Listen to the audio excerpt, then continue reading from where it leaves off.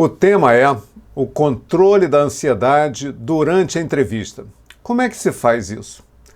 Pois bem, se você não me conhece, eu vou me apresentar. Sou André Reis, sou professor de marketing farmacêutico, sou autor do único livro escrito no Brasil até hoje, que tem um método aqui, chamado Fundamentos da Propaganda Médica.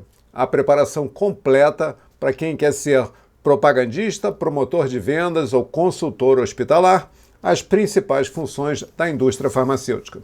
Mas eu não vim falar sobre o meu método, eu vim falar sobre como é que você pode se dar bem numa entrevista, porque além de ministrar as aulas do curso, eu tenho feito muitas mentorias de pessoas que querem ingressar no setor e às vezes não têm tempo de fazer o curso, ou então são veteranos que querem se reciclar porque há muito tempo não fazem nenhum tipo de entrevista. Aliás, tem pessoas até que nunca fizeram processo seletivo e quando chega na hora H, passando por análise de currículo, os testes que o laboratório faz de conhecimentos gerais, português, às vezes matemática, podem chegar na fase de encontrar humanos, que é a fase da entrevista.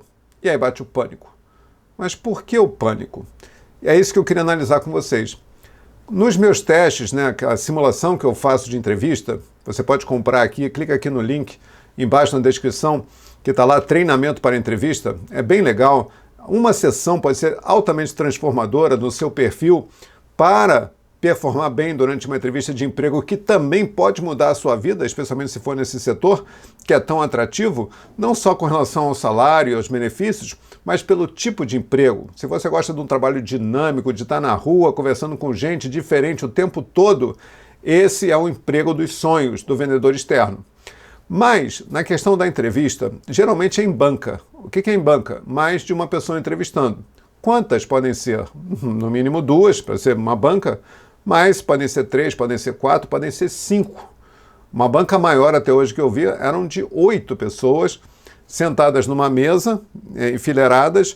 O candidato vinha e ele tinha 2 minutos para dizer por que ele queria ser o representante daquela empresa e essa era a primeira etapa eliminatória. A pessoa chegava de cara, era uma pergunta só, por que você quer ser representante desse laboratório? A pessoa tinha até 2 minutos e já viu que a tremedeira era absoluta. Mas, normalmente não é assim. Normalmente o candidato tem mais tempo de se expor. Agora, a ansiedade, ela ocorre de uma reação natural do ser humano, que é, toda vez que você está diante de uma situação de pressão, o dilema que passa pela nossa mente é correr ou lutar. Correr significa não aceitar o desafio. Lutar significa encarar e, claro, se você performar bem, o que é bem? De acordo com a expectativa dos recrutadores. Você passa para uma próxima fase que também vai ser em banca. Passando pelas 2 fases de entrevista, normalmente o candidato selecionado é contratado. Não tem uma terceira etapa de entrevista, muito raro. E aí, essa ansiedade que é natural do ser humano, ou seja, você está diante de uma situação de pressão, zona de desconforto. Entra adrenalina, entra cortisol no teu organismo. Cortisol vai fazer com que você fique olhos arregalados, pelos eriçados, coração disparado, a pressão aumenta, que é não o resultado do cortisol, mas da adrenalina, que é um outro hormônio também que corre no nosso sangue. Então essas reações são naturais, estado de alerta. Somente quando você resolver essa situação, ou seja, acabar a entrevista, que você vai para a zona de repouso, porque é a tua zona de conforto. Agora, o que os gestores querem ver?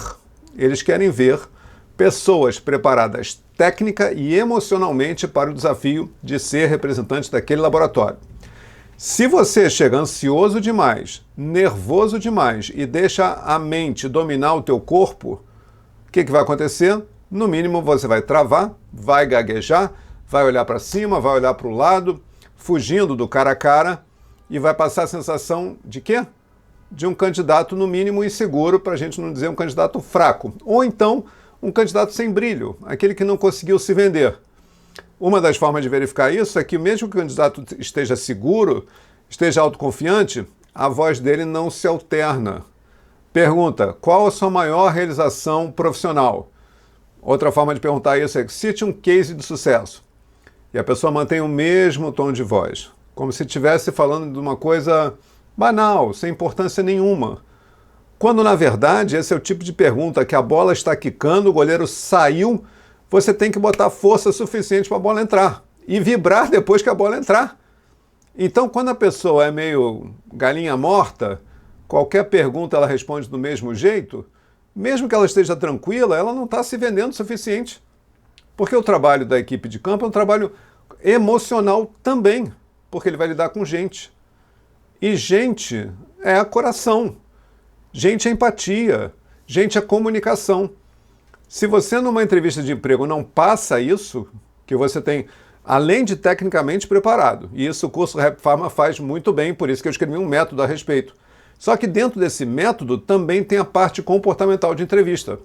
Porque não adianta nada o candidato bem preparado tecnicamente travar na hora mais importante, que é a hora que ele tem que passar todo o conteúdo da bagagem que ele tem, especialmente se tiver atendimento a clientes e vendas, e aí falar em números, porque eles gostam de ouvir números, aí sim você vai ser bem reconhecido, você vai passar adiante para uma próxima fase ou, quem sabe, já ganhar uma oferta de emprego ali mesmo. Pois bem, essa é a amostra grátis do meu pensamento. Se você chegou até aqui, inscreva-se no canal, ative o sininho para receber mais novidades, porque aqui é o canal da área comercial da saúde, eu falo a verdade, estamos quase chegando em 3.000 inscritos. Obrigado pela audiência, até a próxima.